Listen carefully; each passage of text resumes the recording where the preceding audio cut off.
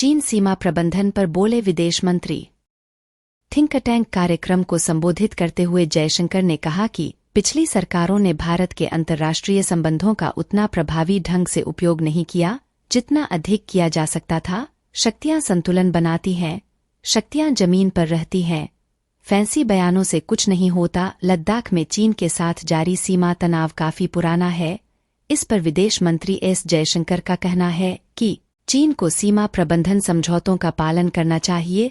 भारत चीन संबंधों में सुधार के लिए वास्तविक नियंत्रण रेखा पर शांति होनी चाहिए। मोदी सरकार सीमा पर बुनियादी सुविधा को मजबूत करने पर ध्यान केंद्रित कर रही है।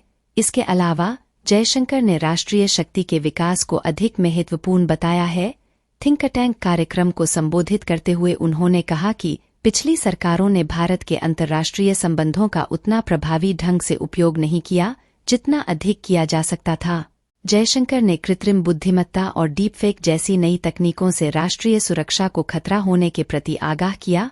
उन्होंने कहा कि साइबर डोमेन के माध्यम से विदेशी हस्तक्षेप के प्रयास बढ़ रहे। हमें साइबर डोमेन से उत्पन्न होने वाले खतरों से सावधान रहने की जरूरत है।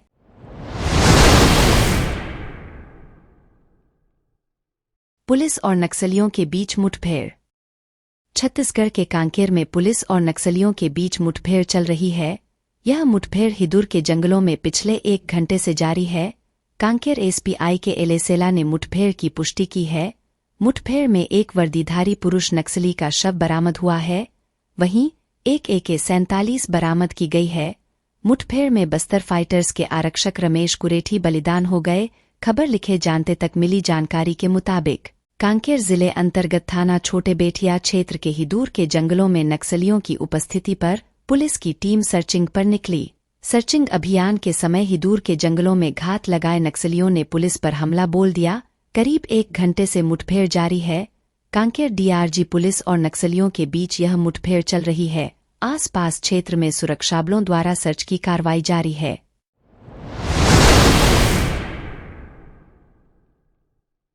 लोको पायलट के मोबाइल चलाने से हुआ रेल हादसा। आंध्र प्रदेश के विजयनगरम जिले में पिछले साल 29 अक्टूबर को 2 रेलगाड़ियों की टक्कर हुई थी। इस हादसे में करीब 14 लोगों की जान चली गई थी। उस समय ईस्ट कोस्ट रेलवे का मानना था कि यह हादसा मानवीय भूल के कारण हुआ है। हालांकि अब बड़ा खुलासा हुआ है। रेल मंत्री अश्विनी वैष्णव ने दावा किया है कि जब 2 रेलगाड़ियों की टक्कर हुई थी उस समय एक ट्रेन का लोको पायलट और सहायक लोको पायलट मोबाइल फोन पर क्रिकेट मैच देख रहे थे। अश्विनी वैष्णव ने बताया कि उस दिन शाम 7 बजे आंध्र प्रदेश के विजयनगरम जिले के कंटाकापल्ली में हावड़ा चेन्नई मार्ग पर रायगढ़ यात्री रेलगाड़ी ने विशाखापत्तनम पलासा ट्रेन में पीछे से टक्कर मार दी थी, जिसमें 14 लोगों की मौत हो गई थी और 50 से अधिक यात्री घायल हुए थे। रेल मंत्री ने कहा, आंध्र प्रदेश में मामला तब हुआ जब लोको पायलट और सहपायलट दोनों का ध्यान क्रिकेट मैच की वजह से भटक गया था। अब हम ऐसी प्रणाली स्थापित कर रहे हैं जो ऐसे किसी भी विकर्षण का पता लगा सकती है और यह सुनिश्चित कर सकती है कि पायलट और सहायक पायलट पूरी तरह से ट्रेन चलाने पर ध्यान केंद्रित कर रहे हैं।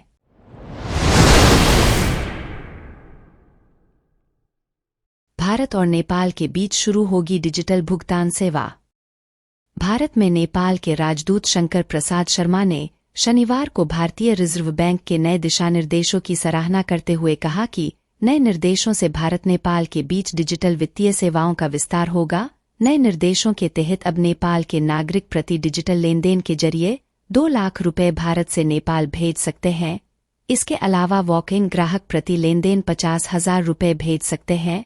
इसके साथ ही उन्होंने बताया कि नेपाल में UPI की सुविधा के लिए unified payment interface Nepal clearing house limited का जल्द उद्घाटन किया जाएगा। इसके बाद भारत नेपाल के बीच नकदी ले जाने असुविधा खत्म हो जाएगी। RBI के नए निर्देशों के मुताबिक नेपाली खाताधारकों को प्रति लेनदेन 2 लाख रुपए भेजने की अनुमति दी गई है। इसके अलावा ग्राहक साल में 12 बार व्यक्तिगत रूप से उपस्थिति होकर 50,000 रुपए की राशि नेपाल भेज सकते हैं।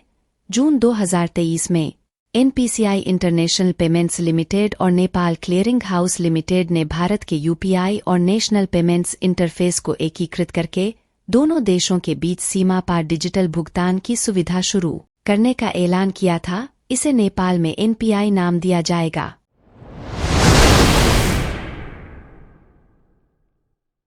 अमीरों के लिए बन रही रेलवे की नीतियां, राहुल गांधी। कांग्रेस नेता राहुल गांधी ने रविवार को आरोप लगाया कि रेलवे को लेकर मोदी सरकार की नीतियां सिर्फ अमीरों को ध्यान में रखकर बनाई गई हैं। राहुल गांधी ने ये भी कहा कि पीएम मोदी पर विश्वास ही धोखे की गारंटी है। राहुल गांधी ने सोशल मीडिया पर साझा किए पोस्ट में आरोप लगाया कि रेलवे की सेवाओं को लगातार महंगा किया जा रहा है, जिससे रेलवे गरीबों की पहुंच से बाहर हो रहा है। राहुल गांधी ने आरोप लगाया कि हवाई चप्पल पहनने वालों को हवाई जहाज में यात्रा कराने का सपना दिखाकर पीएम मोदी गरीबों की सवारी रेलवे से ही दूर कर रहे हैं।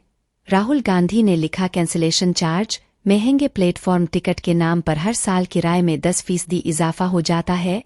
लोगों को एलीट ट्रेनों की तस्वीर दिखाकर ललचाया जा रहा है, लेकिन उनमें गरीब लोग पैर भी नहीं रख सकते। राहुल गांधी ने दावा किया कि बीते 3 वर्षों में वरिष्ठ नागरिकों से उन्हें दी जा रही छूट वापस लेकर 3,700 करोड़ रुपए इकट्ठे किए गए हैं।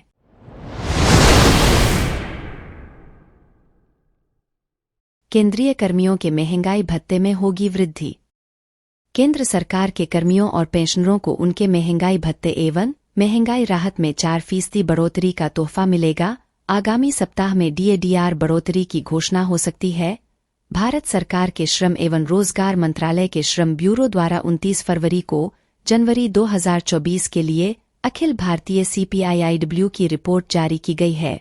इसमें औद्योगिक श्रमिकों के लिए उपभोक्ता मूल्य सूचकांक 138 अंकों के स्तर पर संकलित हुआ है। अखिल भारतीय CPIIW में 0.1 अंक की बढ़ोतरी दर्ज की गई है। मौजूदा समय में डीए-डीआर 46% की दर से मिल रहा है। महंगाई भत्ते की दर 50% के पार होते ही सरकार को 8वें वेतन आयोग के गठन पर गंभीरता से विचार करना होगा।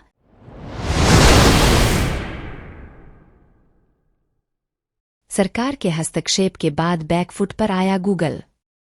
गूगल ने शुक्रवार को बिल विवाद के चलते भारतीय टेक कंपनी इन्फोएज के Naukri.com, 99 एकड़, जीवनसाथी और शिक्षा ऐप के साथ ही Kuku FM, Bharat Matrimony, Truly Madly, Quack, Stage और ऑल्टटी को हटा दिया था। गूगल ने बिल भुगतान विवाद में सरकार का कड़ा रुख देख भारतीय कंपनियों के ऐप प्ले स्टोर से हटाने का अपना फैसला पलट दिया है। उसने शनिवार को हटाए गए सभी ऐप प्ले स्टोर पर बहाल कर दिए। केंद्रीय सूचना प्रौद्योगिकी मंत्री अश्विनी वैष्णव के दखल के बाद कंपनी बैकफुट पर आ गई।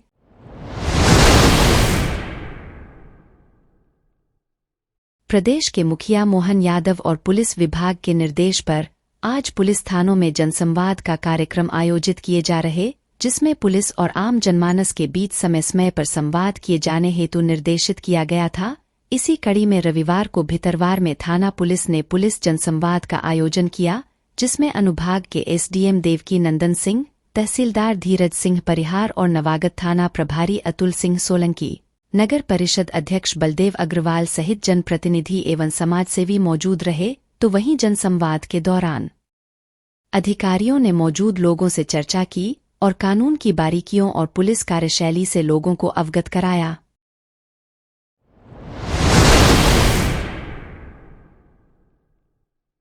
उत्तर प्रदेश के अमरोहा लोकसभा सीट से भारतीय जनता पार्टी ने निवर्तमान सांसद चौधरी कंवर सिंह तंवर को तीसरी बार चुनावी मैदान में उतारा है।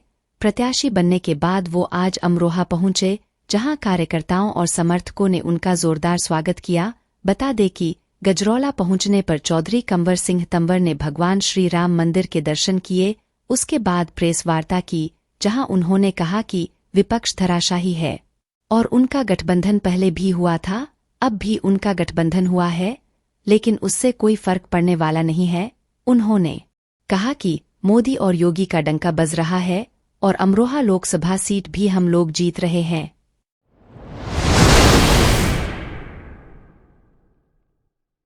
जंगली जानवरों का शिकार करने से बाज नहीं आ रहे लोग, वीडियो बनाकर किया सोशल मीडिया पर वायरल।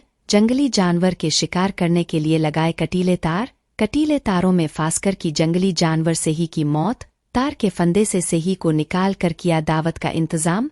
हसनपुर थाना क्षेत्र के गांव सयाली जागीर का है पूरा मामला।